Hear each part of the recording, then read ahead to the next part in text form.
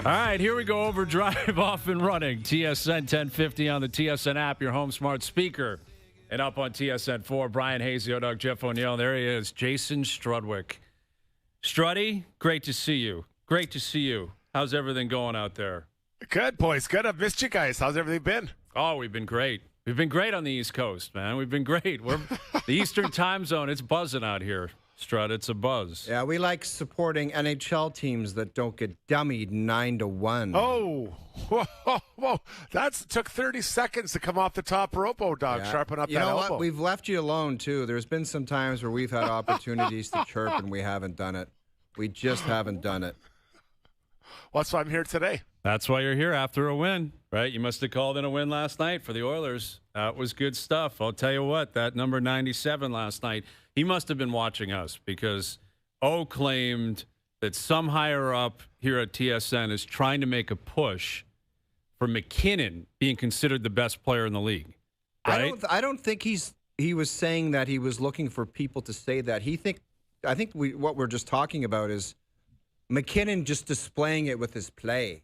Yes, which he has been doing all year.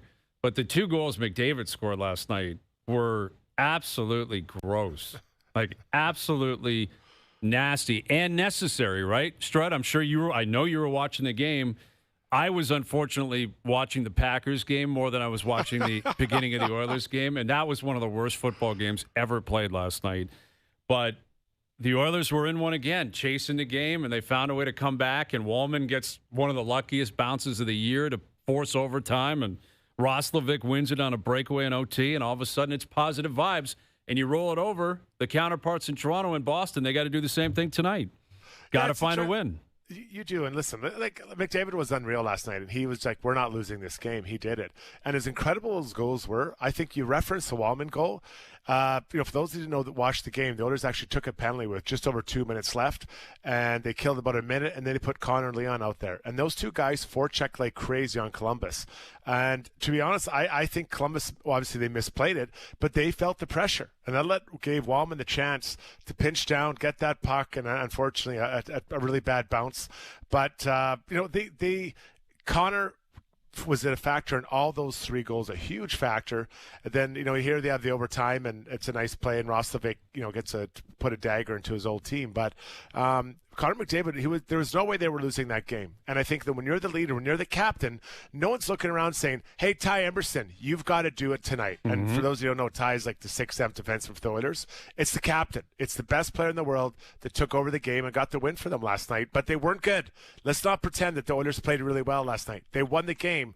That doesn't mean it was a good game by the whole team, Doug. Strug, they haven't been good. And there's been some teams where the big D-Day is coming with U.S. Thanksgiving where people have to decide what their team is. Like, is Hyman going to fix everything? Or, like, it's a tough thing to admit, but there's some teams, whether it be the New York Rangers, the way they were playing, the Toronto Maple Leafs, do you think there's ever going to be a point where maybe it's the Edmonton Oilers where you look around and your assessment is maybe they're just not that good this year?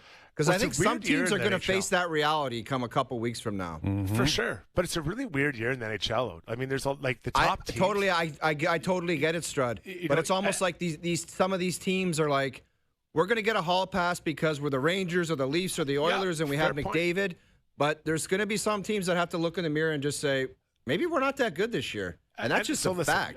I'm looking at Montreal. They're having a great start here. I'm looking at Anaheim. Fun team to watch, right? Even San Jose is on a bit of a run here after a really slow start.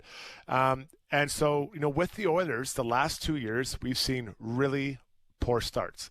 So I think you have to give this team a bit of breathing room to get going. They haven't had their full roster yet. Hyman is due to come back. I'm anticipating maybe the next little bit here. And he helps sort it out on that top line. He helps get it going for Connor and just pushes guys down the lineup. But now Nugent Hopkins is out. He's got Janmark back. So to answer your question, I'm giving them another 2-3 weeks to see. And to me, it's on the defensive side of the puck.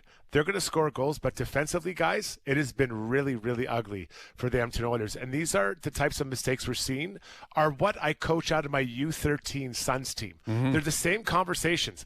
Don't puck watch. Stay with your guy. Don't turn the puck over at the blue lines. Like all these types of things. And they're doing it. And they know better. I know, but how do you explain it, though, Strutty? It's the best league in the world. And all you hear every day from morning skates is coaches, whether it be the Toronto coach or different coaches around the league.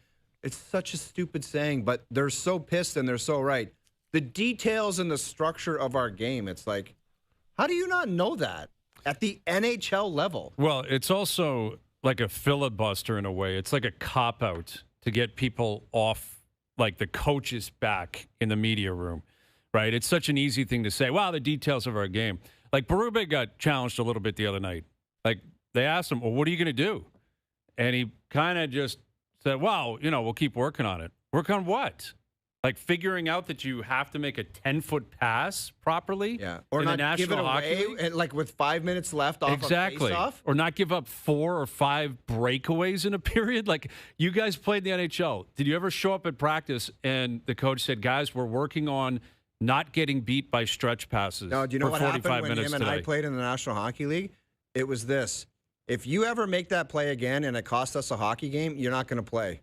Yeah. Yeah, and that happened with Steven Lorentz. And that was how it went down. It was like, if you're going to let your guy go and just act like you don't care and let him go to the net with 5 minutes left, or you cough up a pizza, it's going to start with you missing a period, maybe 4 or 5 shifts, and then if you do it again, you don't play. And that's how the message came through, and that's why it maybe happened a little bit less. I don't know. Listen, you can. All these coaches are all got the same message. At the end of the day, it's a similar type of system. I truly feel, and I don't know what you thought about it, but when I was challenged by a teammate to be better, it was a major wake-up call.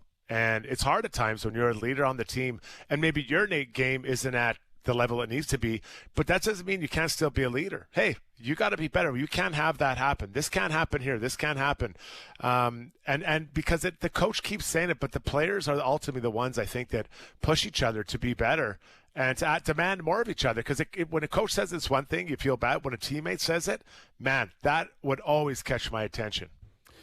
Well, and maybe that happened, at some point during the game last night in Edmonton. I saw the post game with Connor and Andy, and McDavid said, "Hey, he looked flustered. Like we wait until our backs are right up against the wall, then we finally wake up." And I'm sure that they're hoping that last night escaping with a win is a wake-up call. And you look to the Leafs tonight.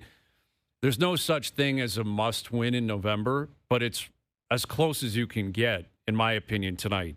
Because, someone pointed this out to me earlier today. They've already lost a home-and-home against Detroit. They had a home-and-home with Buffalo where they dropped 3 or 4 points. Now they basically have a home-and-home with Boston with Carolina mixed in, and that game was probably the worst game they've played all year, and that's saying something. Those are 3 teams that finished below you in the standings this last year. 3 teams you projected would be worse than you this year.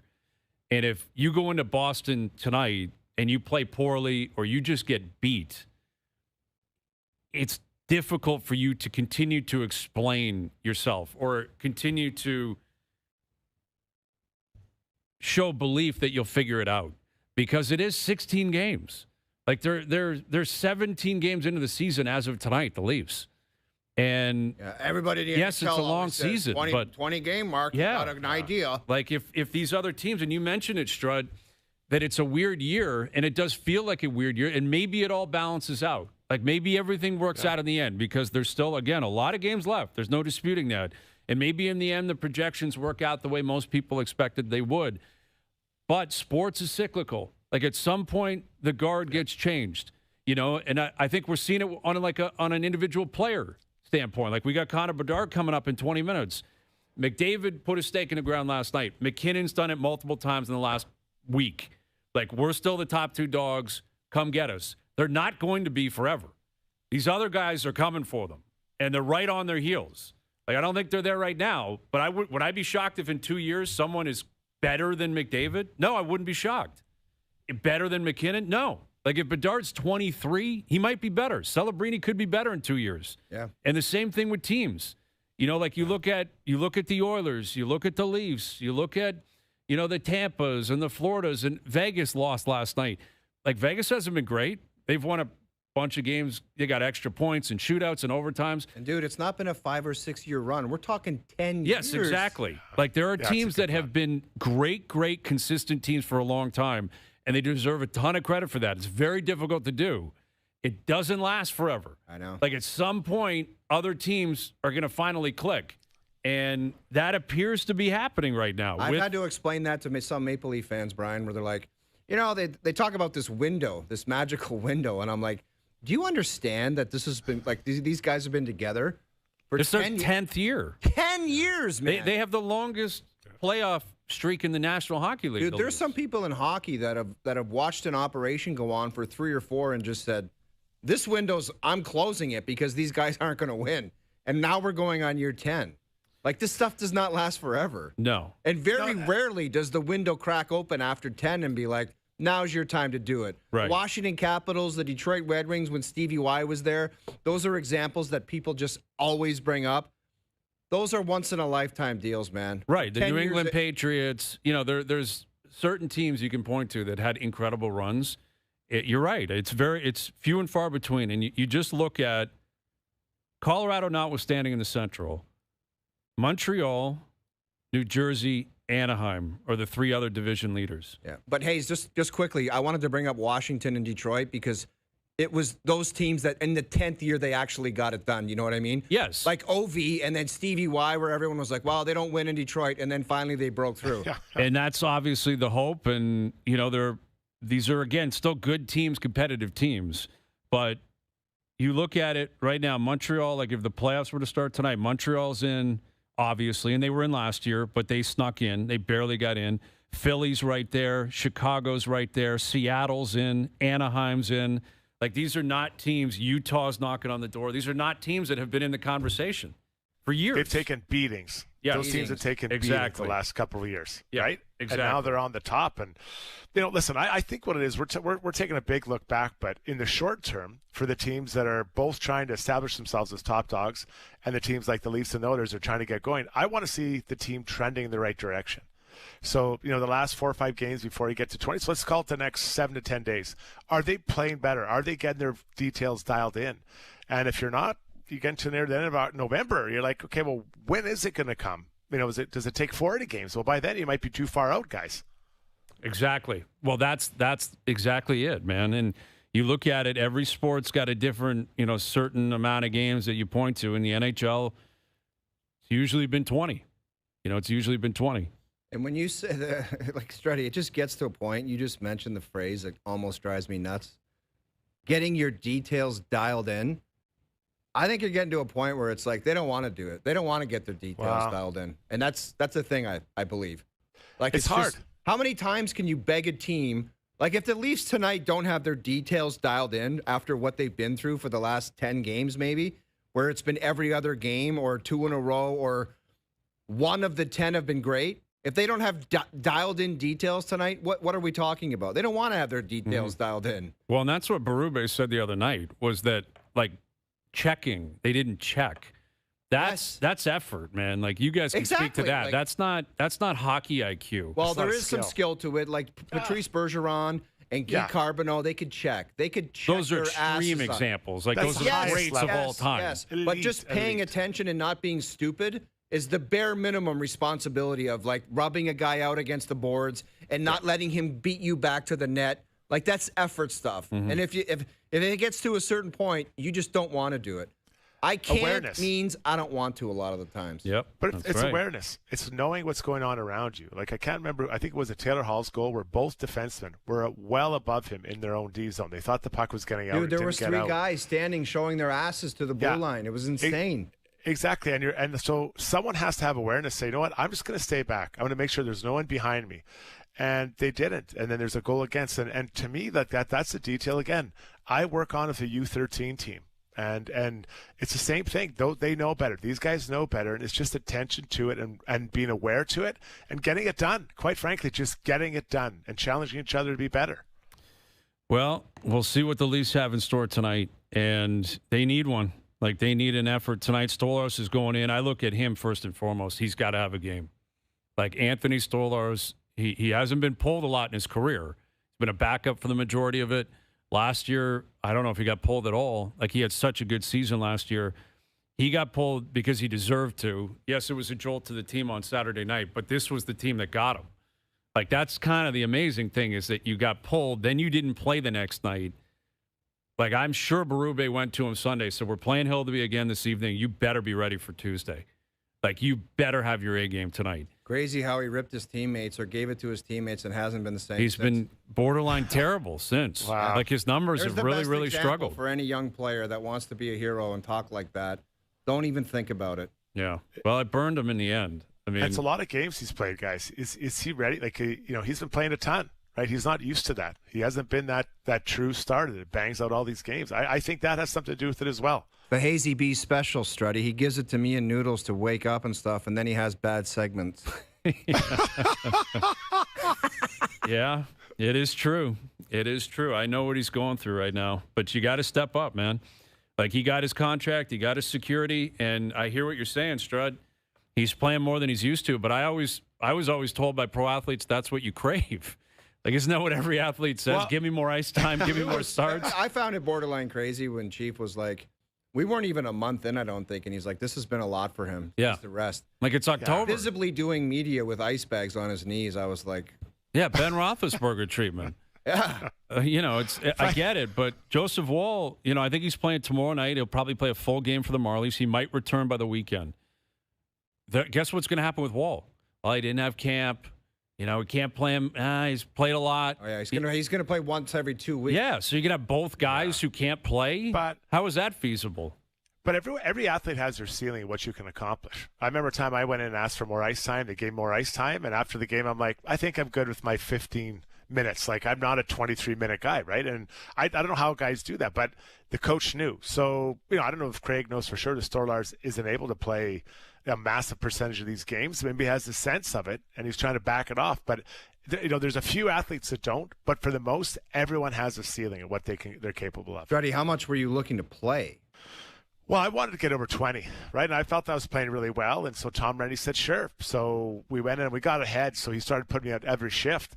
And I was dead. I was so tired by the end of the game. And he walks in after. He's like, how did that feel? I'm like, I'm good with my 15. Give me 15.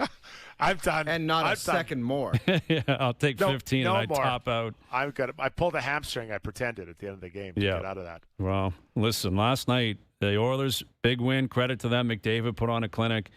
That football game, you talk about, coaches taking heat. We were talking about McDermott in Buffalo. Matt LaFleur is under the spotlight in Green Bay. And he's been like Teflon Don. He has been, because publicly owned, they're a generally pretty conservative organization that commits to a guy. And, they haven't had a lot of coaches. McCarthy was there for a long time. Mike Holmgren prior to that.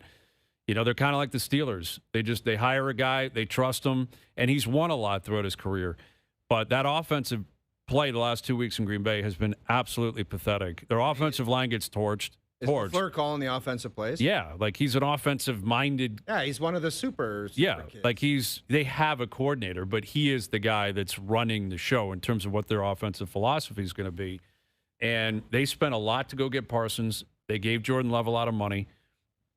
It's a pretty wide open league right now. Dude, you were gushing over Jordan Love in the first couple of weeks. I was. I mean, listen, I still think he's got capabilities. Like that fumble last night was bad timing, bad play, but that offensive line is a disaster.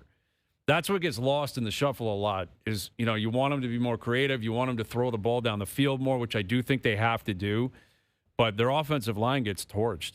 Well, all problems you're mentioning are not going to get fixed now. No, that's the problem. Wow. They're past the deadline, the draft, free agency. This is who you got. Jenkins got hurt last night, an all-pro center for them. Like, their offensive line is depleted, and that to me is very, very concerning. And the Eagles are just going to keep plugging along. Well, what did you credit think to of them. They Sirianni? found a way to win. Did Well, you like same thing. Sirianni No, I going thought he was a 4-6? disaster. I thought he was a Are you disaster kidding last me? night, too. Like, What are they Sirianni. doing? Them going for it and not at least running the ball and killing a little bit more clock and going for it. You're right. Like, considering the way the Packers offense was looking, to throw the ball in that scenario and give them pretty decent field position was crazy. It was both coaches, I think, deserve to take a lot of heat. But generally, the guy who wins, he's not going to take as much heat, especially if you win on the road. Owen Wilson needs some heat, man. Yeah, you guys are down a baker's dozen. Oh. They're down 13, Strud. What? And yes. Halfway through the 17-game season, we're down 13 games. Yeah, there's only maybe 50 picks the rest of the year. There's about 5-6 picks on average a week. What's gone wrong? What's going wrong with you guys? We're just can't see the board. Blind. I mean, your picks are horrendous. My Partsy played in the league, and I lean on him for the majority of the expertise. And I'll just come with the truth. He's been flat out garbage. Wow. Because he's been going with it's his kill shot. Like he goes with it, man. Well, Struddy said earlier, it means more when you hear it from a teammate. Yeah. And I got to think that's going to sting hearing that from you. A teammate taking him to the woodshed with a comment like that. I think the kill shots have been garbage. They've been awful picks. Look himself in the mirror and forget about his fat little buddy in Windsor or whoever that he was leaning on. Wow. Yeah, Pudge. And he's just got to man up and be better. Or we're going a different avenue, man. I can't disagree with you. The picks are awful. I know he's in a dark place because he's not even chiming in anymore in the group chat. He's just gone quiet. Dude, he has gone dead. Notice how it was feathers last night? Yeah. Like I sent a picture today I thought he would react to, and there was no reaction. Nothing. No reaction. I thought he would find humor in that, and there's not. There's been little pipsqueak comments like, we're getting jammed here by the kicker. I know. And I'm just like, what a loser mentality. It's a loser mentality. You know who we're going to bring in? A buddy of yours and a buddy of his whenever our next pick is. I don't even know if he's ever been on our show. Jay Onright. Yes, great call. You should have Jay make the picks. This Friday, Jay Onright will be a part of the picks. He needs to. You remember you guys hired Rod Smith to take over the whole operation? You need to hire Jay. He was. Rod Smith was the president of football operations. Now it's Jay Onright. Jay Onright, so he's going to play the role of like Rod Nico Smith. Harrison for your team. He'll be the new Nico. Is that confirmed? Nico's gone. Nico's out in Dallas. Nico Harrison. Like it's crazy that this guy traded Luka Doncic less than a year ago. They stumble into the lottery and get Cooper Flagg. I think they're 3-8 to start the year, and he gets fired. And this is an example of how ownership. You can't fire the owner. You can't fire the owner because we talked about it before the show. The ownership had to agree with the idea of trading Luka. Yes. And I think this guy's out for the year. This year, they brought in Street Clothes. Yeah, Street Clothes is just I think he's done for the year. Yeah, he's not going to play. Street Clothes was always a horrible decision. Always. Because he's just never going to be healthy. But they're 3-8. They're getting booed at home. You know, they have Cooper Flagg, who has looked very good early, and you got to believe he's going to turn into a stud in the future. But imagine getting gassed not because of Luka, because of the 3-8. Like if the 3-8 was the actual reason. Right. Well, and that probably does factor in a little bit because if you're going to go to ownership, and again, ownership cannot be exonerated here. They signed off on trading the face of their organization, who had them in an NBA Finals a year before. But if you have the courage to say we got to make this move, and then the next year you stink. You just have no way of getting out of it. There's a 0% chance. And you don't see GMs get fired early in seasons ever. You see coaches get fired. You never see GMs get fired. Well, that's a scenario where after the backlash of the trade, you don't know what the reaction is going to be. You're like, damn, I want to fire this guy. I can't believe he did that. I can't believe we let him do that. And one more thing, he's gone. Yeah, that's what happened. Now the owner's trying to play the role as if he's a man of the people. I get your pain. I'm with you here. He stinks. Nico's brutal. He's out. And, you know, they're chanting fire Nico when Mavs are shooting free throws. That's how ugly it was. It got to a point where you just had to rip the Band-Aid off. All right, we've got the Insiders coming up just after 5. Leafs Bruins tonight on TSN. We'll continue to tee that up. We got MJ and Craig have got a new consensus Team Canada for the Olympic Games. You're going to be doing one, I believe, later tonight, or at least talking about it. Connor Bedard's coming up in like 5 minutes. We'll ask him because he's right on. He's got to be on the bubble. Guy's been phenomenal this year. He's been absolutely phenomenal. Chicago's been one of the great stories in the NHL. 8-5-3. They've won 3 in a row. They're in a playoff spot as of now. Buddy, for Chicago, anything but terrible is awesome. It's a huge step forward. Yes. Huge step forward. And Bedard clearly leading the charge there. So Connor's coming up. We'll get his take on the whole season, what's working for him, why he maybe thinks he should be on the Olympic team. That and more coming up. Struddy's in here. OverDrive continues. TSN 1050 and on TSN 4.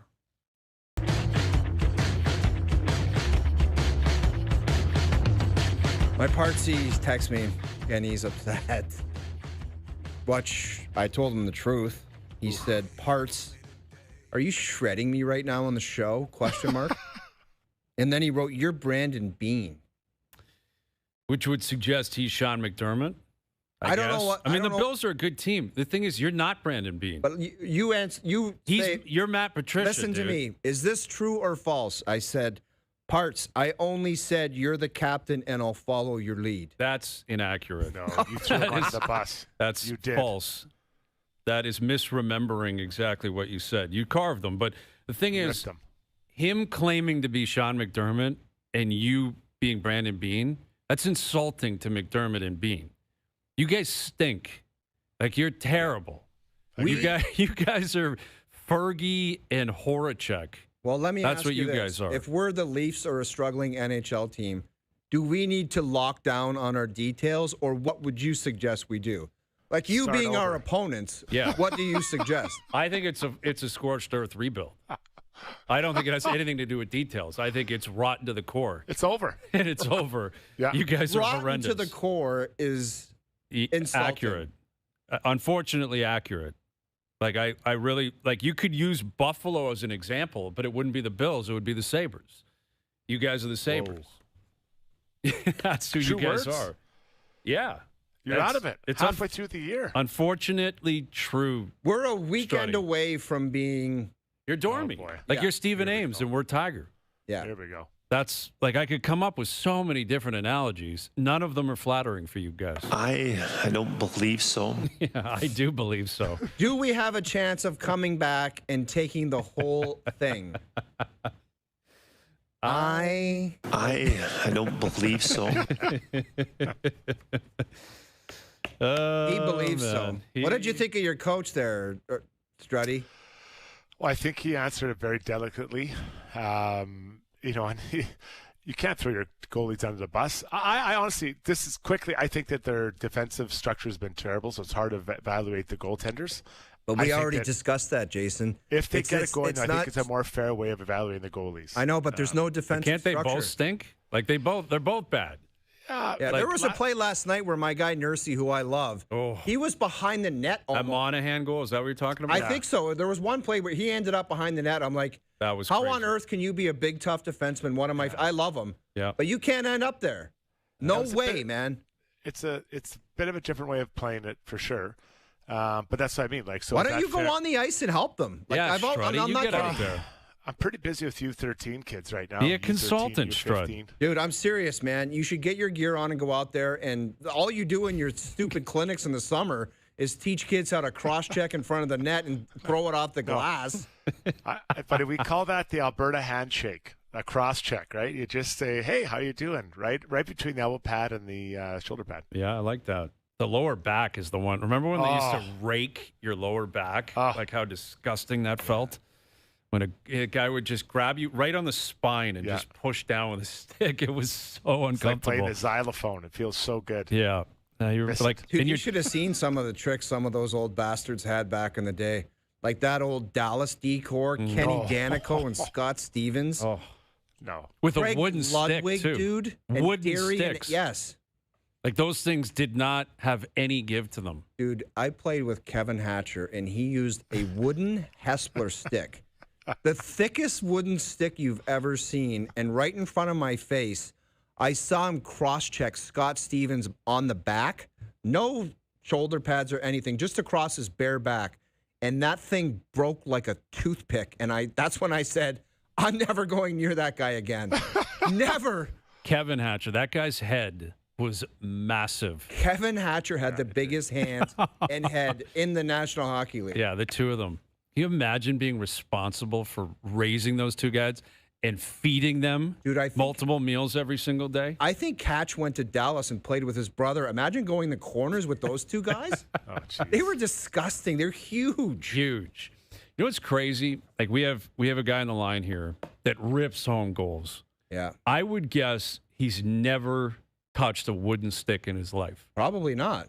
Like maybe when he started as a kid. I doubt it. But I'm guessing. Dude, they have one piece like mini sticks now. Yeah. You can't find them. Dude, my can't kids find wooden sticks. my kids are 6 and 9. They got one pieces. Yeah. A full-blown one piece.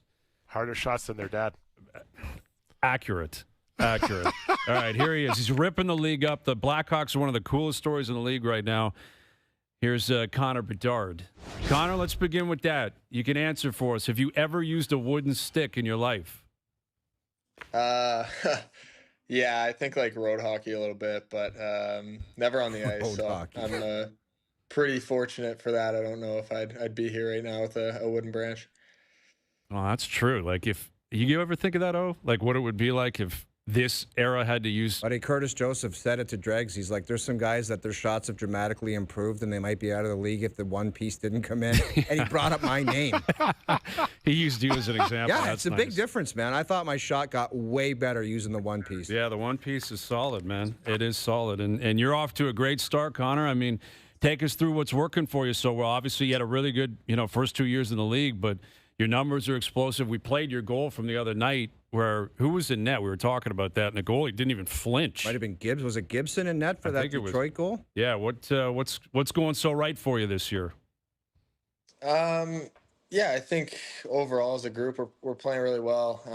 We're playing a competitive brand of hockey, and I think kind of found some chemistry with some guys, and obviously sometimes pucks going in, sometimes it's not. So a little stretch right now where it seems to be finding the net for us, and hopefully that continues. But I think just our whole group's playing good, and we want to keep that rolling.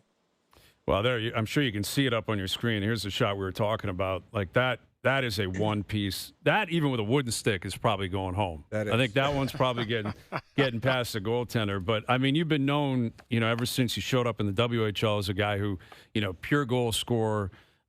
First overall pick, like all the hype that came with you.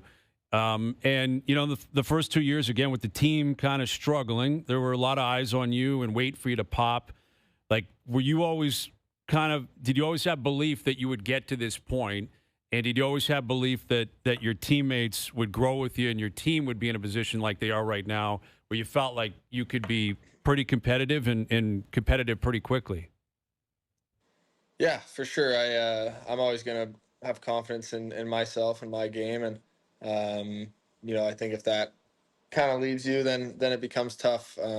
So I felt that, and I felt our team, really at the end of last year, we got a lot younger, and, guys came up and made a big impact right away. So, I mean, it's so early still, 16 games in, you got to, do it every night. But, so far it's been solid, and we want to just keep growing. Connor, what are your thoughts on being one of the best offensive players in the game? But I know it was talked about last year.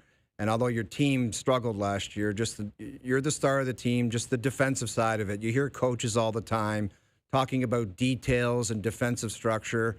And for guys like you and myself, it's just kind of in ear one, out the other ear for a lot of the times. But just what are your thoughts on that as a team and as being their best player, just paying attention to detail and focused on defense as well?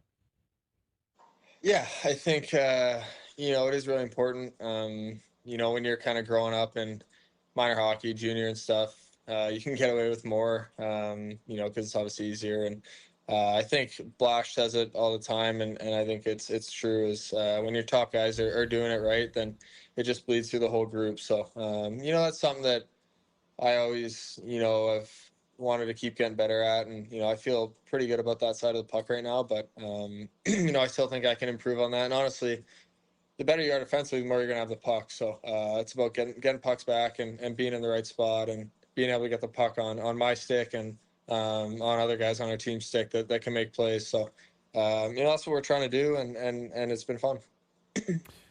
We're chatting with Connor Bedard. You mentioned Jeff Blashill, who's your head coach this year. You've had multiple coaches early in your career. Big fan of Blash. Yeah, and he's obviously doing the right things. It's early in the season, like you keep saying, but what have you learned about Blashill that makes you believe that, he can get you guys to where you want to get to?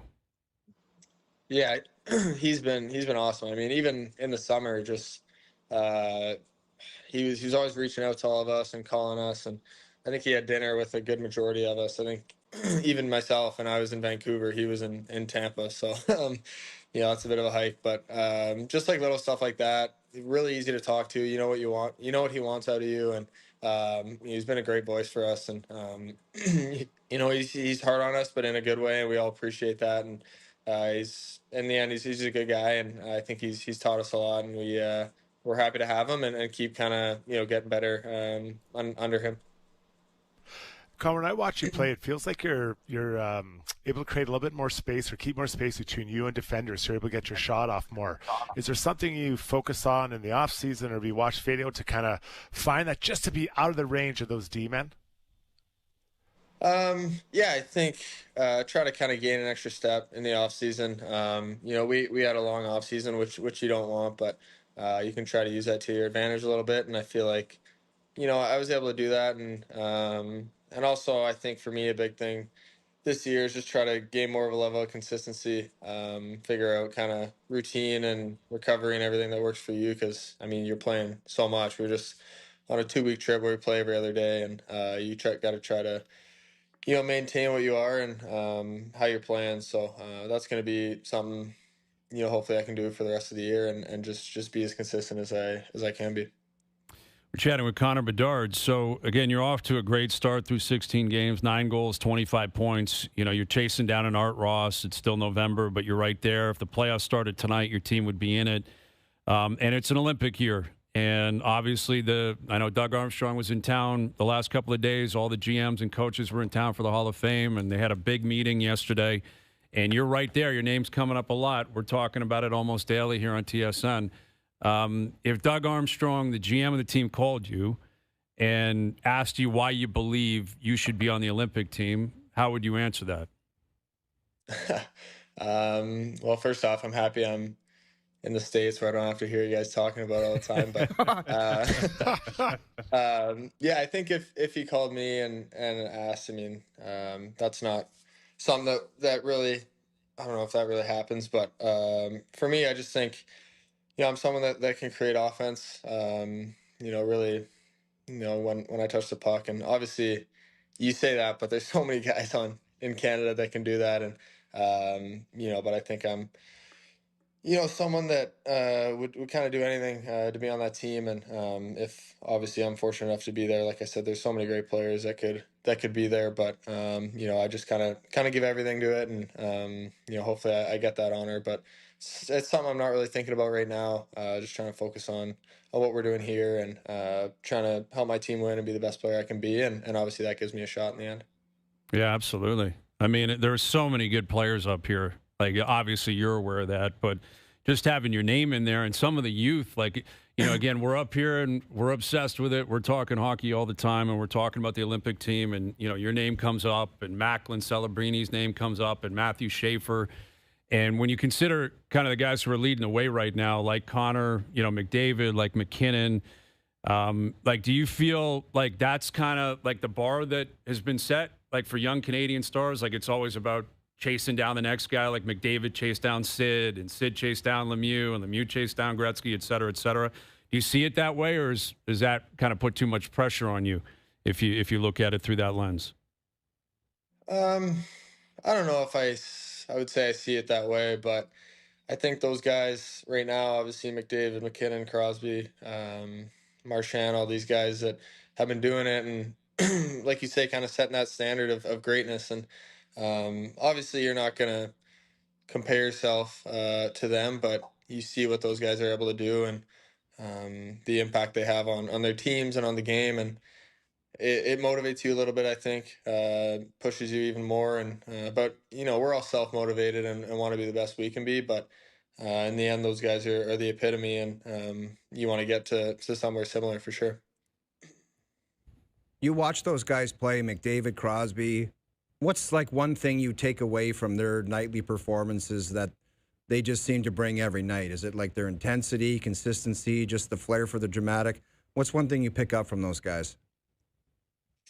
I think those two, McKinnon as well. Like, I mean, you can you guys know how talented they are, the way they impact the game. But I just think kind of like the quiet confidence about them, like, they know they're the best. And even you see McDavid last night go into the third, a game his team has to win, and he steps out there and kind of, he would never say it, but in his head, I'm sure he was like, "Hey, I'm gonna get us to win and have an impact in that way." And they just know what they're capable of and have so much confidence and belief. And in the biggest moments, they all seem to rise up. And I think that's pretty cool because they're not telling everyone how good they are, or talking about it, saying it in the media, but you can tell when they're on the ice. You see it every night. So I think that's a cool thing.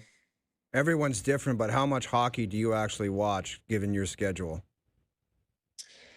I try to watch a decent amount. I think, honestly, some nights I'm like, I don't want to watch hockey right now. I was just, we had 30 minutes of video and practice and stuff. I might throw a movie on or something. But, a good amount of days I'm watching hockey. And just, mainly as a fan. I love the game. And it's so fun to watch. You guys talked about it, how many guys we have in the league that, you can see some in every shift where it's like, that's unreal. Or even, I can maybe add that to my game a little bit. But just more so as a fan, I just enjoy watching. And most nights I'd say I'll throw a game on or watching guys. With Connor Bedard, and, there was about a decade there, maybe more, where Chicago was the epicenter of the league. With Taves and Kane and Keith, and Duncan Keith went into the Hall of Fame last night, and they won the 3 cups. And I remember going down to Chicago and going to a Cubs game in the summer and talking to a guy, an usher there, and said that the number one ticket in town was the Blackhawks. That's Cubs, Bears, White Sox, everyone else included. It was the Blackhawks, and obviously, in order for them to draft you, we know what happened. They bottomed out. It was an ugly couple of years, but you guys are starting to cook again. Are you feeling like you're getting the full Chicago experience? Like, Struddy, you guys always talked about best anthem in the league in Chicago, how cool it is, and it's a great building. It's a great sports town. Like, how has the last month and a half felt being a Chicago sports, athlete compared to maybe the first couple of years? Yeah, it's been a blast. Like, every day going to the rink, I'm so excited. We got such a great group, and we haven't, obviously we're on the road for a bit, but when we play at home, it's electric. And I think the fans are really, really getting behind us right now. We're a fun team to watch. We play the game, I think, in an exciting way, and we have a lot of speed and pace, and we're really competitive. And I think, people here appreciate that. And, but it's unreal. Like, this is maybe the best city in the league as well. And, the sports, like you mentioned, how people get behind us, and we're so lucky to be able to play here and live here, and it's a blast. Well, it's been a great start for you individually and for your team, and we're watching you every night. It's been a lot of fun to watch, and we wish you nothing but success, and we'll catch you when you roll through town, and we really appreciate you doing this. Yeah, I appreciate it, guys. Thanks. Have a good one. You got it. There's Connor Bedard, the Chicago Blackhawks.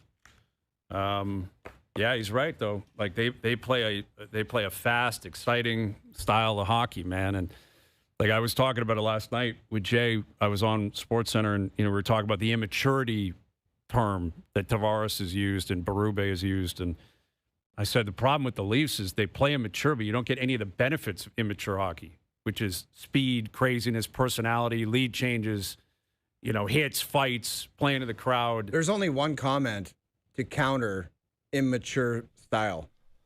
You're one of the oldest teams in the league. Well, exactly. There's How no on excuse earth could for that it. term be associated with Right. themselves? But the point I'm making is with, like, the Blackhawks, they don't know any better. Like, there are some vets that are playing well. Tyler Bertuzzi's been a lot better recently. Really great. Good. But there's a handful of players, young players on that team, San led Jose by Sharks, Bedard. they can be immature. They're just flying around. Exactly. And they're like, all right, we'll try to win 5-4 tonight, 6-5. We blew a lead, whatever. Let's go to overtime. There's an entertainment value to immaturity if they're actually young. That's right. But if they're an older team, teams that are playing immature is scary and ugly to watch. Exactly. But that group of D is pretty young. other than Connor Murphy and Grzelcyk, is pretty young. But they're a bit naive, but they're figuring out on the fly. And got to credit the coaches. I mean, to play like that with that young of back end, it's pretty impressive. They've done a good job there. They have. They're off to a really good start. And they're cautious, like he was cautious. It's early, but it's a really good start for Bedard. All right, Insiders coming up. Leafs Bruins tonight. OverDrive continues. TSN 1050 and up on YouTube Live. OverDrive continues. Brought to you by FanDuel, bringing you more ways to play your game your way. Leafs Bruins tonight. Thanks again to Connor Bedard. And yeah, man, they're a great story. Anaheim's a great story. Anaheim 11-3-1. They've won 7 in a row, and all they do is score 6-7 goals a game. They might have a blip on the radar, but they're going to make the playoffs. They have a 5-point lead on Vegas, Seattle, LA, and Edmonton. Yeah, Vegas hasn't been so hot lately. They haven't. They've lost 3 in a row. Yeah, like it's because they went on their little run there where everyone was giving it to the Leafs, saying, "Oh, you guys suck without Marner." But they're scoring more goals without Mitch. They just can't keep it out of their net. They're 7-4-4. Like technically they've left the rink losing more than they've won. So that's the thing. Like Florida, Vegas, the Leafs, Edmonton, Washington, Rangers. There's a number of teams that were really good teams. Tampa, who's been better recently, but not off to like phenomenal starts. Dude, no one was more happy. You could see it on their faces last night than the Rangers scoring some goals at home. Big time. Oh my! That's crazy. God. How does that happen? I don't understand how that can happen, right? You could just see it in their faces. They were like, "Thank God this is over." Yes, they needed Nashville last night. Like, come on down. Dude, what is Nashville going to do? Barry Trotz. Yeah, I don't know, man. We'll see. Maybe the Insiders can give us an answer on that. Confirm or deny coming up at 5:30. We'll get to that and more still to come. OverDrive continues. TSN 1050 and on TSN 4. Going to start with some fan interaction here. I like to interact with people at home on their couches. Oh, Torts. Darren Dreger's phone's going off. I have a tweet that says, "I know you say Strudwick is ugly. Is that why you made him blurry? But now you're not blurry anymore." Jeez. A little bit blurry, but I think it makes him look pretty good. Yeah, that was from Murph. Attaboy, Murph Freilich. It's like a witness protection type vibe that we're trying to send out, right, Strud? Just make sure everything's all good with you. It's not fair to you guys if I'm at my very best. I mean, I'm a 9. What are you guys rolling in at? Well, that's very true, man. It's a bell curve. We need you to come down towards us, make us pop a little bit. O and I are in 4K, and we're like 6 out of 10. We're 7. Struddy's low def, and you still 8.5 out of 10. I'll take it. Yeah, I'll take it. 8.5. Struddy in 4K is 10 out of 10. Wow. The receding hairline makes him a 7. Right. It's distinguished, Shorty. It's kind of the look, right? It's kind of aging gracefully. Okay, I like it. You just can't do the Brian McCabe, though, and start spiking the little hairs you have at the top. It's so pathetic. It's hanging on for dear life. We got to get in touch with Caber and get a pic. Yeah, we need a Caber update. Because I think there's a chance he might have went a little bit Messier. Didn't he send one pic of his hair? No, I think the Cup wins actually revitalized the hair in South Florida. I think Caber, last time we checked in with him, he said there's been a resurgence, like a significant comeback.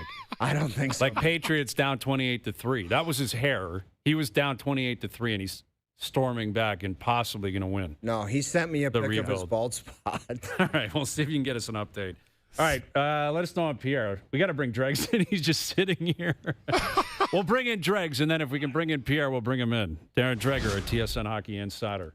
We'll get to Pierre in a moment, I'm sure. I don't want any part of this conversation. No? It's just you don't want to contribute? Well, look, I mean, I was asked by a former executive TSN years ago to do something about the touch of gray. I refused. Serious? Flat out refused. Said, I'm not doing that. Good what for was you. he talking about? Hey, that's not a 4-head there, buddy. That's a 5-head. Yeah. Richard Gere on the set tonight. Someone brought up your gray hair and said maybe touch it up a little. Yeah. Can you clean that up or something? Probably 10 years ago, pushing it, but it was a legit request. It wasn't a command. It wasn't do it or else, but it was, hey, we need to have a discussion about that situation. You know how dangerous that is, though? Because if you go with the wrong tint, then it looks horrendous. Furthermore, once you commit to that, Dregs, you can never turn back around. Like Bob Barker. Yeah, exactly. Or like once, Gino. Exactly.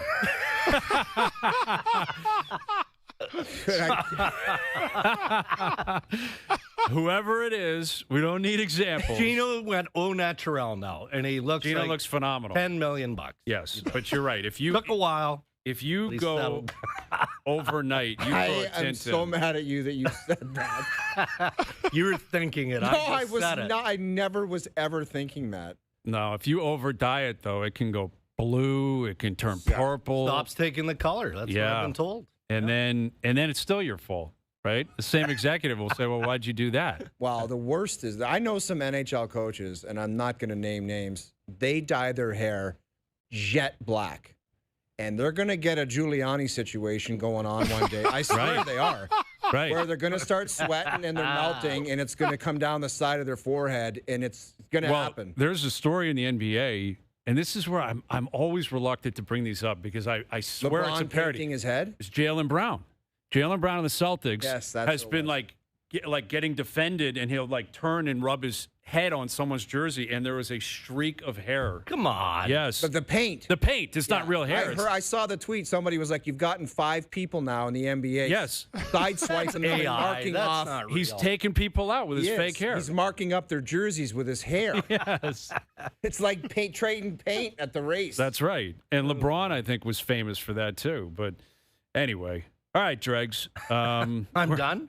We're just getting started, man. Thanks for your contribution. We're just getting started. All right. Well, we had Connor Bedard on about a half an hour ago. Yeah. It was great to catch up with him. Yeah. And they've been a great story. And we didn't reference the MJ Craig Button Olympic team projection because Connor Bedard is not on their projected team. We don't know that yet. No, we do know that Craig and MJ do not have him on their updated list that was It's just a mock revealed. team. It's a mock team That's from an hour that's ago. out there? Yes, it's Oh, okay, out there. Okay. But like Doug Armstrong and the whole crew, they were in town for the Hall of Fame. Yeah. And they're down to, I think it was Pierre saying, like 35 or 40 players. That's still a lot of players. It is. Yeah. Like that's. But, dude, you know the deal. 35 or 40 players. There's some players there that basically are not going to. So what's the point? Like, what's the point of having 35 or 40 still? I mean, just guys that have played their way into the conversation. And prior to the start of the year, we even talking about Connor Bedard being in the mix. Probably not, right? Macklin Celebrini, maybe, but a bit of a long shot. But now Celebrini, to me, looks like he's probably a lock. I think he should be the way he's played. Yeah, for Team Canada. I mean, we know that predominantly it's going to be the Four Nations roster, but, you know, there are some interpretations that have to be looked at and scenarios that can't be overlooked based on the way guys are playing now. So I think that's why you keep the extended list. And, you know, if you have an injury in the regular season of the National Hockey League, it's quick to adjust. My thing is the goaltending. Like, they didn't even invite anybody else, right, to the summer camp. It was the same 3 guys that were there. And, like, for me, Montembeault Dobish is the starter, basically, in Montreal. How does Montembeault make the team? Yeah. How do you put him on the team based on merit? And is Binner still like what people say, like the lock starting goaltender for the team? I wouldn't call him a starter yet. I think that's debatable. Because he hasn't played well. No, he's St. been Louis. terrible. He hasn't. I'd have him as a lock as a tandem. I think it's Logan Thompson and Jordan Bennington. Yeah. And maybe that's a little spicy if you look back to the Vegas situation with Aiden Hill, he's hurt. So is he allowed to be in the conversation right now in November? He is. You've got Darcy Kemper, but Sam Montembeault, based on the way he played last year, not the start of this season, is why he's in the mix. Canadian goaltending, frankly, is not that good. Right? No, it hasn't been. Now, it was good enough because Bennington stood on his head. Yeah. So Thompson's been good this year. Yeah, he's been really good. Yeah.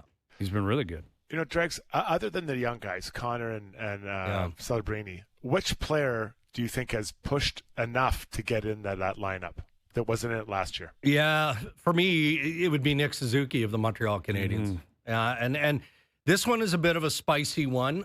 He's earned his way just based on the merits of his game, and you can envision, you know, what he can do when he's not, you know, generating offense. He's a well-rounded player, and he's very versatile, so he can play in different situations. But he has turned down Team Canada on a number of occasions. We're talking about world championships. It kind of matters when the hierarchy of Team Canada, the brass, the makeup of Team Canada is looking at that, and they want to see these guys internationally play. But he's played his way into a position, in my mind, where he's got to be there. And I'd put Mark Scheifele close, but maybe not quite on the same level of Suzuki at this stage. How much say, like, there's the management team, Coop. Like, Coop's got, that's a big say. A lot of say. Like, a lot of say. He's the guy that's got to put them on the ice in situations that are critical. And he, in the decision-making process, has got to be big time. Absolutely. And, Brandon Hagel, to me, again, he's a good player. I would have no issue. And many have him as a lock on the Olympic team. Many do. Anthony Cirelli, is he a lock? Not according to MJ and Button. But it doesn't feel like he should be. But again, when you look at the influence of John Cooper and everything that those two players specifically have done in helping him win championships, part of the Four Nations face-off, when it comes down to those final decisions, both on forward and defense, I think that John Cooper has a trump card. I do, and we shouldn't be surprised by that. All right, let's bring in Pierre LeBrun into this conversation. Pierre, you've been reporting a lot on Team Canada and the discussions they've been having. How would you answer that question in terms of John Cooper's, I don't know if he's got a veto card, if he's got the trump card, how you would want to describe that, but how much say will Cooper have in the end results of what this roster might look like? No, we can't hear Pierre. In Canadian hockey history, in putting together best on best team. There's no question about that. That's been laid out pretty simply clear to me, and that's the way Doug Armstrong wants it. I mean, John Cooper has to coach this team, might as well like it. So he does have a big say. There was a coach in the Team Canada meeting yesterday here in Toronto. Team Canada met for 9 hours from 7 a.m. to 4 p.m. Pete DeBoer was in the room yesterday. Of course, he's not coaching in the NHL this year, but he remains an assistant coach. He coaches the D for the Olympic team. He was there, and all the GMs that are part of Team Canada. And as I reported, Steve Yzerman was invited into the room yesterday, guys. Of course, the GM of Team Canada for 2010 and 2014. And Doug Armstrong asked Yzerman to come in so that the GMs in the Team Canada room could ask him questions about the process in 2010 and 2014, and particular at this delicate juncture, right? You guys have been talking about it, all the bubble guys and the decisions. I mean, in those 9 hours yesterday, they cut their list from 90 plus. They had 90 plus names on it in September to between 30 and 40, 35 and 40 now, heading into the final 6 weeks. So a pretty big meeting yesterday. Pierre, in your opinion, how much of an appetite does Hockey Canada have for this tournament to stay as close to what happened in the Four Nations or the roster at Four Nations as possible? Do you think that that's a big thing for them, or they're very open to just saying who's ever playing the best right now? Just what are your thoughts on that? Yeah, I think you raise a really important point, because I think people, when they go through their exercise right now, I'm not criticizing anyone's mock Team Canada. It's a lot of fun to do, and there's no right or wrong. These guys aren't starting with a blank whiteboard, right? They're actually starting with the Four Nations roster and then saying, well, which guys are we actually willing to take off and which guys are coming on? So that's a different process than Four Nations, when they really did start at zero. So the Four Nations matters in many cases. That's the tiebreaker. If they're really close between a player they had at Four Nations where they won and a guy they're trying to bring on, well, you know who's going to win the tiebreaker. So Team USA feels the same way, by the way, if not even more so. Bill Guerin has been upfront about that. He loved this Four Nations team. So, there may not be quite as much turnover as people would like to see in terms of media and fans, but there will be turnover for sure. And I think for Canada, you guys and Dregs touched on it, from talking to the people around Team Canada, there's no question that Suzuki, Celebrini, Scheifele, and Tom Wilson, as I wrote with Chris Johnson in The Athletic yesterday, those are the four forwards that have probably raised their stock the most since the Four Nations last year. Honestly, on Tom Wilson, I think they would have liked the mulligan there last year at Four Nations. I think they wish they had taken him. Yeah. Pierre, let me just follow up on that quickly. That seems like a reaction just after what happened with all the fights. If the fights didn't happen, would we be even having this conversation? I think so. It's got, you know what? I mean, I know that's the same thing I thought, but it's got nothing to do with the 3 fights in 9 seconds. There won't be any fights in Milan. I do understand that. And by the way, let me just say this. I love Tom Wilson. Yeah. No, listen, he leads them in scoring, but he also, in terms of your bottom six on Team Canada, I think the Team Canada management see a bit of a unicorn, a guy whose physicality brings that different dimension. And so, he's not a lock. I'm just saying he's very much in that bubble conversation, so it's very interesting. And listen, we spent a lot of time over the last week, Celebrini, Bedard. Bedard has improved his stock tremendously this year. I mean, Doug Armstrong said to me before the season, Connor Bedard and Macklin Celebrini have to pop, quote unquote, have to pop to get more serious into our conversation. Well, they have. Yeah. They've both popped. And as I interviewed Doug Armstrong yesterday after the meeting, and he goes, yeah, they both popped. So now they're debating those guys all the time. I don't know that they could take both. I think the inexperience, is unfortunately a drawback for each guy, but I definitely see at least one of them making it. And right now, my money would be on Celebrini. Yeah, that makes sense. Yeah, this feels somewhat consistent with what we do with the World Juniors every year, Dregs. Can't bring that guy's too much skill, can't play on the fourth line. Can't bring that guy, he's 17, it's a 19-year-old. Can't trust that guy. Can't trust that guy. Stupid. Exactly. And you're like, well, if Bedard, Celebrini, Matthew Schaefer, if they're just better, then why wouldn't it be? Like, this Schaefer kid is phenomenal. You know what we said like at the end phenomenal of the the way he's playing. Man, it would have been great to have a guy to score a goal in a big moment. Big moment. Because they had all these philosophies and all these ideas about we're going to have a team to beat the USA and have this player for that. They couldn't score a damn goal. That's the risk that they're playing. Like, they go over there and they bring a bunch of guys who are all very good. They're all great players. Right. They're all very good players. But if they don't get the offense, or, if it turns into a shootout and they can't keep up, which I don't envision being the case, but there's always going to be second guessing. That's what they've got to be thinking. Yeah, and that's why I'm curious. And Yzerman would never tell you what he said to that group in the meetings. Maybe some inside that room would convey what his message was. But again, I remind you, back in 2010, Yzerman and Mike Babcock wanted to win one-goal hockey games. They didn't care whether it was a 2-1 game or a 3-2 game. They were happy to play that way, and they picked their roster accordingly, predominantly centers up front, right? It's about how you match up, not against Team USA, but some of the other powerhouses as well.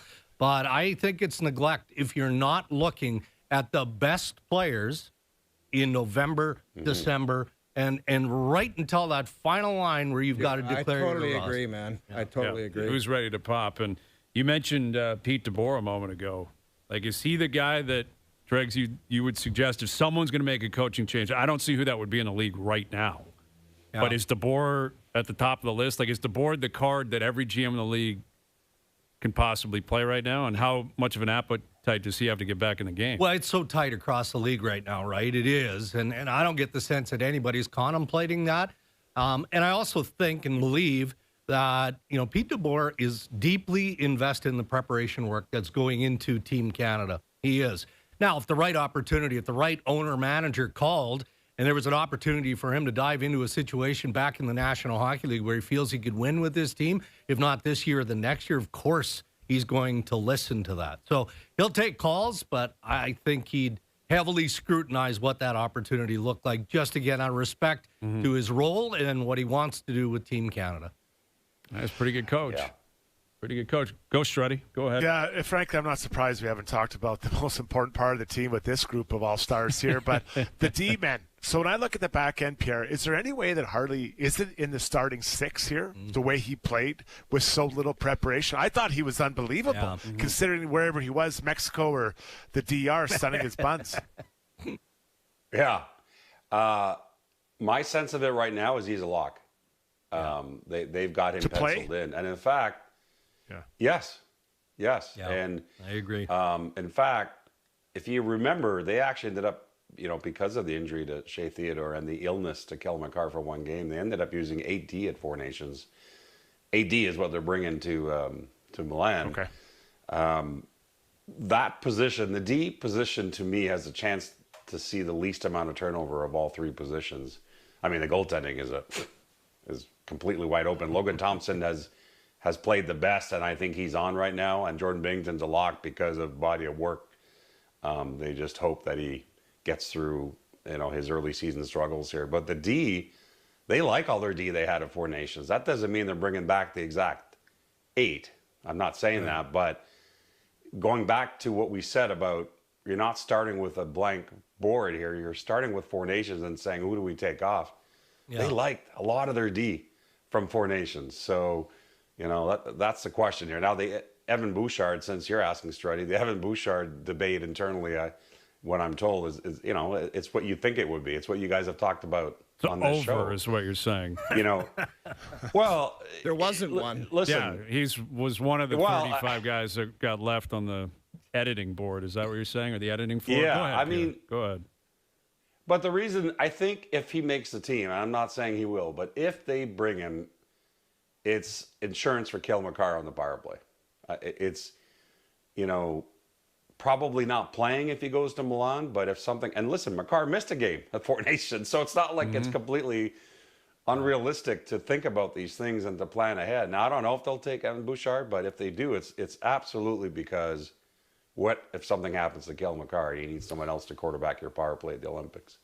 Pierre LeBron, Darren Dreger. So this week I have felt a shift here at Dregs with the Leafs and what they need to possibly acquire to bolster this team, because we have been obsessed with a top 6 forward who can play on the right side with Matthews. Yeah. That ship has sailed in this town, as you guys know. Now it's this 6-pack of defensemen. Now maybe you can tell me that the Leafs don't see it that way, but they made a bold decision to bring back the exact same defense score, something you do not see often in this league. And let me just throw this in, something that shouldn't have surprised anyone, the way they played in the playoffs. Right, and they're veteran team. They're all under contracts. Their contracts are all pretty reasonable, too. It's not like anyone's, killing them in terms of the cap numbers.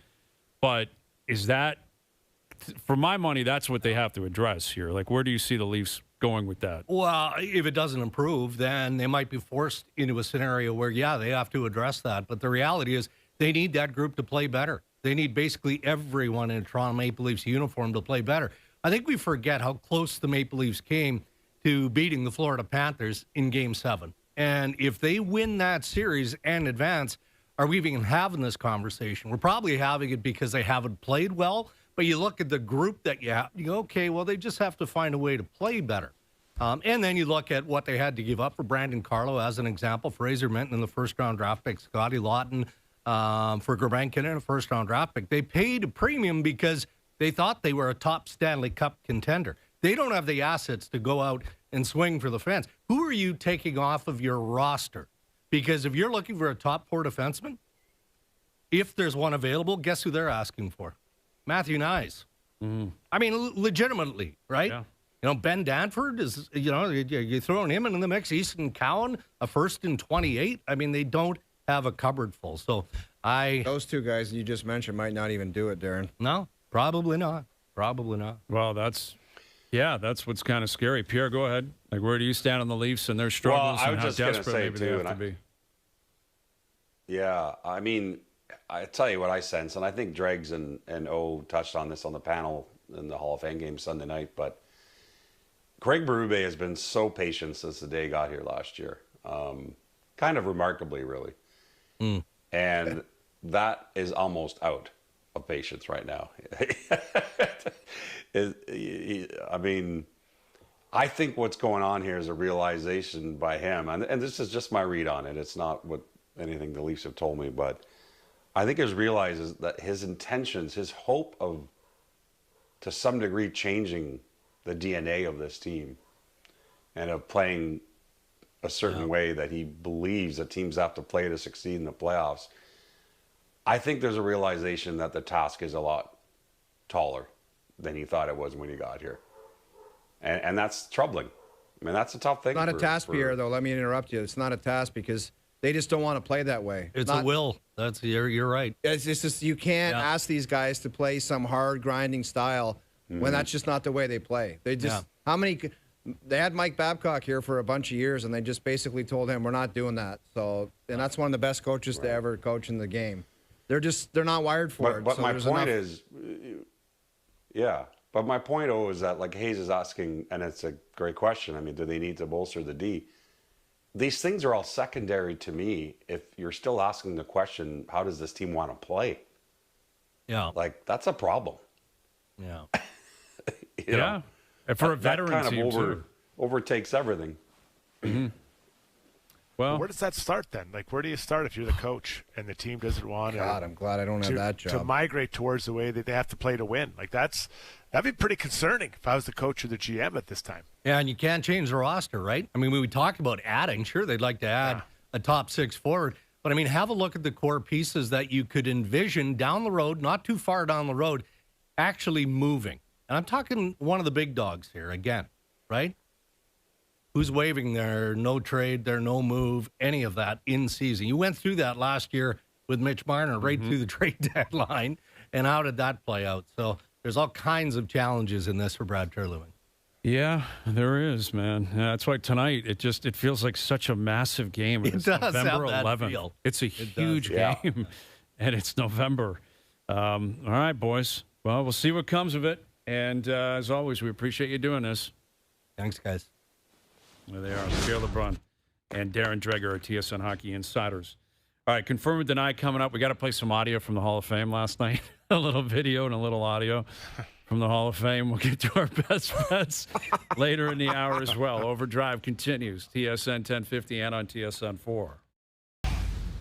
I can neither confirm or deny that this is in fact a segment. Austin trades Andrew Raycroft to Toronto in exchange for the rights to Tuukka Rask. It's been my honor and a privilege to serve as the general manager of the Toronto Maple Leafs Hockey Club. It's time for Confirm or Deny. Do you regret giving all those gentlemen the no trades or no movement clauses? I can neither confirm or deny that. I can't confirm or deny. All right, confirm or deny. Very simple stuff. Statements are made. We either confirm them or we deny them. Struddy, you know how this works. You and I, we've all done it a bunch. I had one in particular that I was going to use, but we've already kind of addressed it. You know, I think it's a confirm that this is kind of as much of a must-win in November as you could possibly get for the Leafs. I think we'd go around the table on that. Feels like it. So we'll move past that one. But let me start with this one. All right, confirm or deny. One of Connor Bedard or Macklin Celebrini will be a top 3 finalist for the Hart Trophy. 100% confirm. 100% confirm. I know this is not Jerry's percentages, but this is a lock. There's some new sheriffs in town, and you better deal with it. And I think one of these two guys is going to lead the league in scoring, and you're going to have to talk about them as the league leader in points and a Hart Trophy contestant. Okay. I'm denying that one. It's a long season. They are young. They're going to put up points, but can they sustain this the whole time? Are the Hawks going to be a playoff team? It's a young man's league. Right, I get it, but I mean, it's not like McKinnon is that old, right? This isn't, old man winter. So I think McKinnon's in there. I think Connor McDavid could be in there. I think you look at Cale Makar could be in there. So, those are 3 elite players they're fighting with. Their time will come. I'm not sure it's this year because will they be able to sustain this for the entire year? I'm denying it because I still don't think either team makes the playoffs, and you have to be in the playoffs to be nominated for the Hart.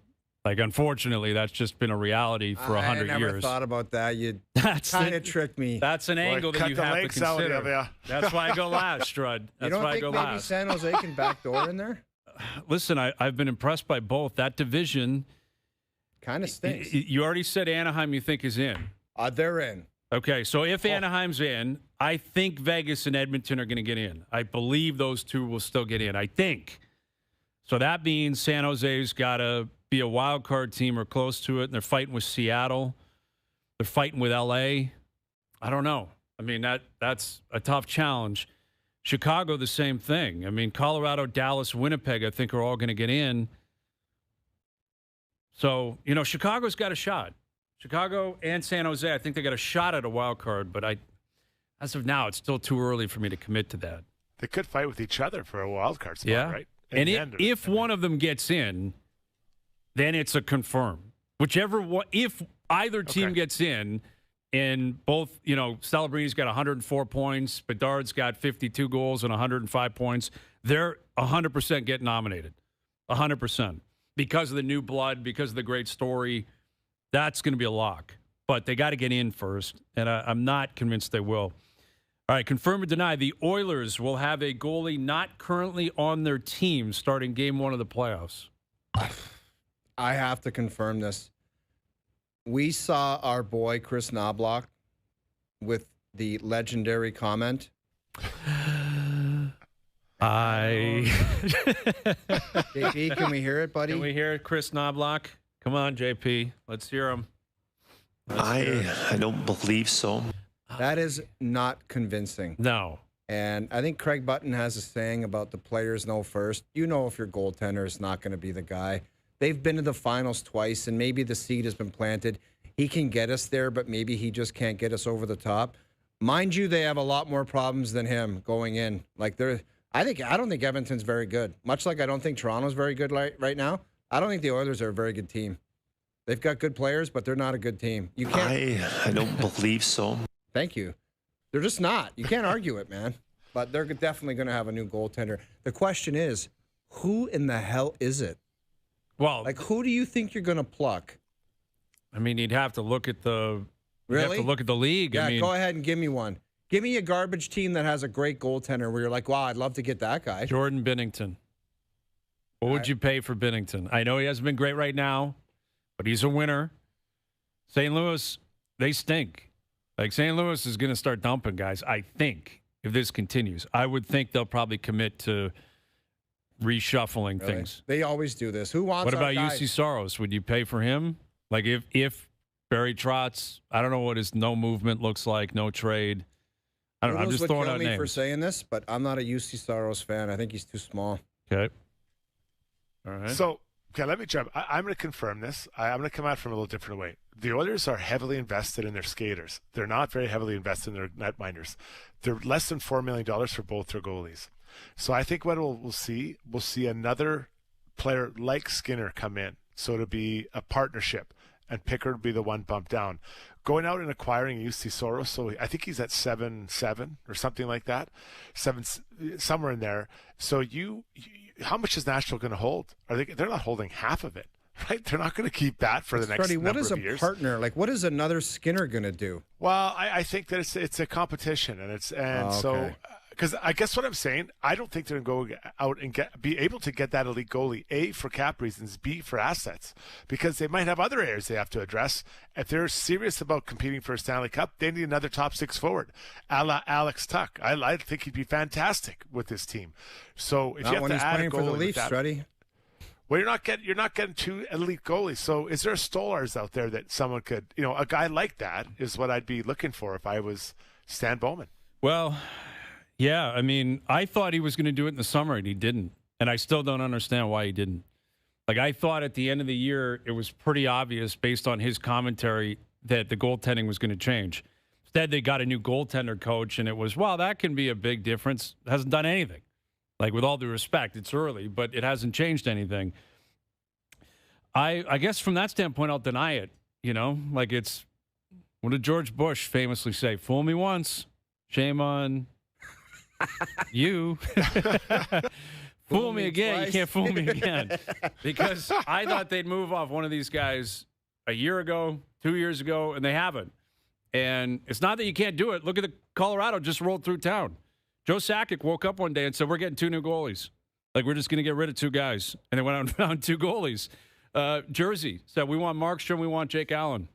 Remember that? A couple years ago, they were a disaster. Oh, yeah. They were a disaster in net. Totally know. And their management said, we're getting two new guys. And the Oilers just keep talking about it. They don't do it. Yeah. So all George Bush. Two new guys. Yeah. JP, play it. There's an old saying in Tennessee, I know it's in Texas, probably in Tennessee, that says, fool me once. Shame on you. If fool me, we can't get fooled again. Exactly. That's poetry. That is poetry. That's poetry. There. That's the poet of our time, George Bush, and that's Stan Bowman. As far as I'm concerned, that's the way the Oilers operate. If fool me, we can't get fooled again. That's right. All right. Here's a perfect way to transition into fool me, can't get fooled again. Now they didn't get fooled on this, but they might get fooled in the future. Confirm or deny, the Blue Jays should re-sign Max Scherzer. I'm 100% denying this. Like, although it's intriguing when he says, I don't feel like I've thrown my last pitch. Do you know how many people he's gonna want him back in Toronto? Like, Blue Jay fans are so emotional right now. And I get it. I totally get it. You love this team, and it was amazing. He might have parlayed that playoff performance into a $20 million paycheck. You think he can get 2 years? That's the question. 2 years? Do you think he can get term? I don't think here, but someone else might do it. That's what I'm asking. I think someone else might give him 40 over 2. That's crazy. That would be crazy. Do you think somebody would do it? I don't know. I can't say definitively no in a world where... You text Steve Phillips if somebody would do that. That seems extreme. He's not getting a pay raise. He got made 15 this year. He's not getting... Okay, 17 times 2. Would some team do 17 times 2? Mm-hmm. I don't know. It's not going to be in Toronto. Unless it's a retirement tour, come out and sell tickets, the great Max Scherzer. But I'm denying this as well because I just feel like if you're in management, you cannot become victim to nostalgia and, hey, the good vibes. Get somebody better and younger. Yeah, exactly. And I get he was important for the clubhouse and all that. You got to rely, and Struddy, you can speak on this. He planted the seeds this year, and now it's got to grow without him. You can't just have Scherzer with your team forever because he was great in the clubhouse one year. And we're not in the clubhouse. How do you know the impact he had in the clubhouse? You presume it was great. I'm sure it was. He's a competitive guy. He's a leader. He's a future Hall of Famer. His story was incredible. But in my opinion, if you're the Jays, you exhaust every other option. Maybe at the end of the offseason you circle back, but you've got your Savage here now.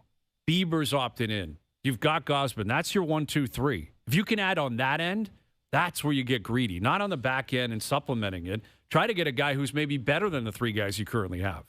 And Scherzer's not that guy right now.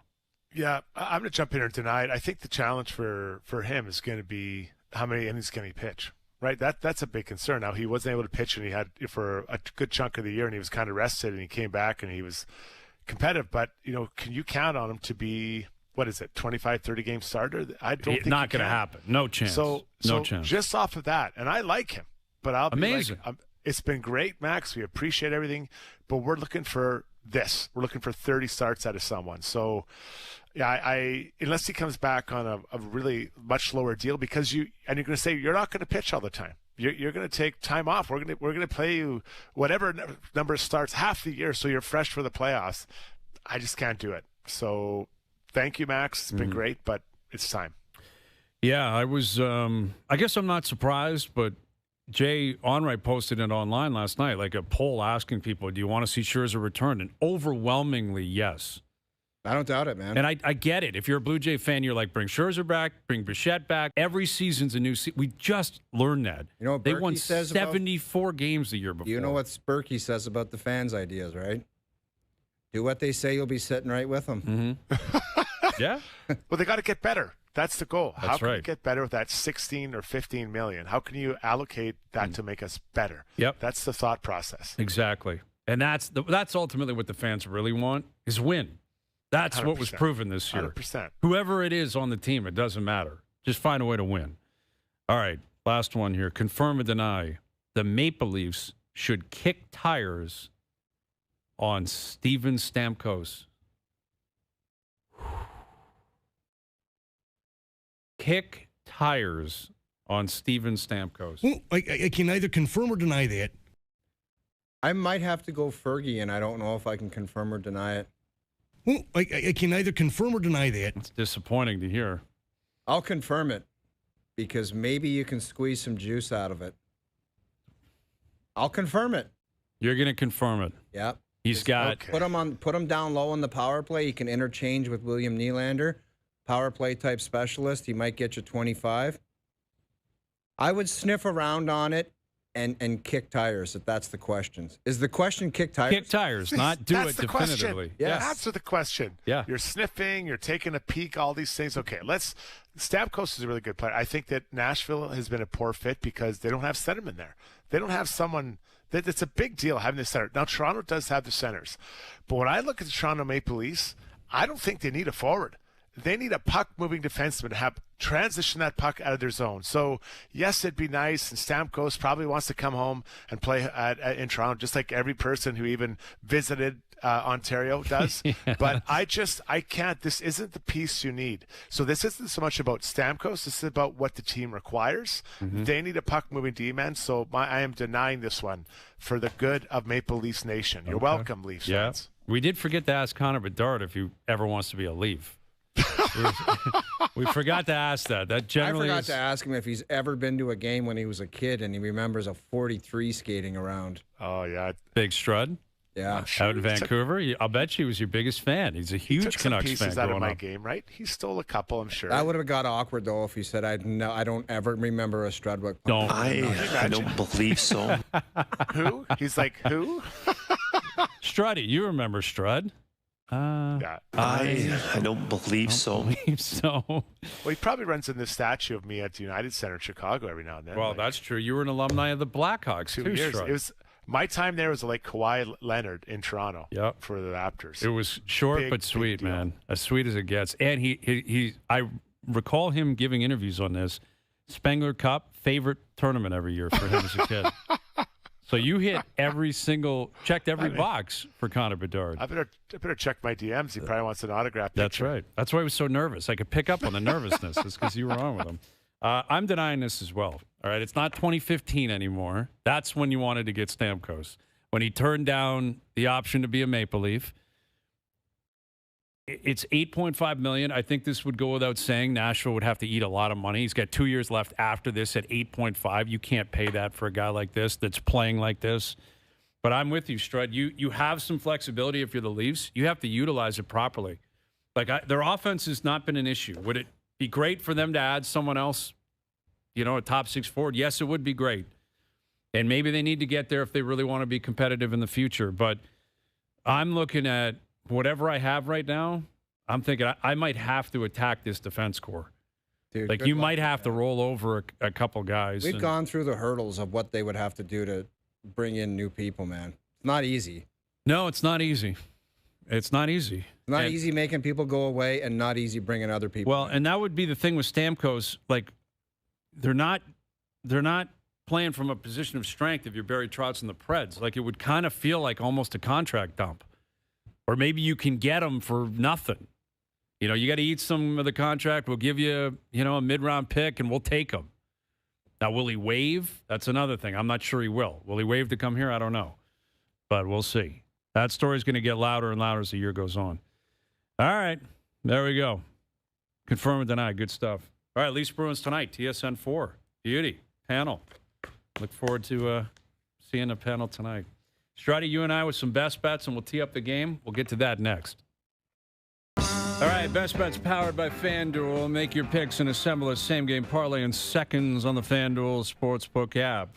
All right, I'm on the over tonight in this Leaf game, Strud, where I know the Leafs say they're going to really, hunker down here, and they're going to pay attention to detail, and they're going to defend. I'll believe it when I see it. I'll believe it when I see it. You're getting plus money on the over tonight, 6.5 total goals. I'm on it. Habs getting plus money at home against L.A. I'll take it. If you give me plus money with the Habs at home, and same thing, Dallas getting plus money in Ottawa tonight. I think Dallas is going to get cooking here. They're starting to play a little bit better. Ottinger's in net tonight. That should be a good game. Olmark's in net for the Sens. That parlay paying plus 750. Best bets powered by FanDuel. Same game parlay is now available for every NHL game on the FanDuel Sportsbook app. Please play responsibly, 18 plus, physically located in Ontario. These Canadian teams, man, the Eastern Canadian teams, there's been up and downs, but Montreal has been thoroughly entertaining to watch play. They sure have. And it's interesting hearing you guys talk about the Leafs D, the overall defense. We could blame the coach and say, well, the system's not right, but it's the individual play within the system. And it's about being in the right place, making sure you stay between your man and the net, and make it hard for him to get there. And as I watch these Leafs play, oftentimes it's fairly easy to get to the Leafs net with or without the puck. And these guys, that's what they should be good at. I know Tanev's out, but that's what that group should be pretty good at. They've been through it. And Ulrich Larsson did it with Florida. He should know what it feels like to be a really hard team to play against. That's why they all were brought back.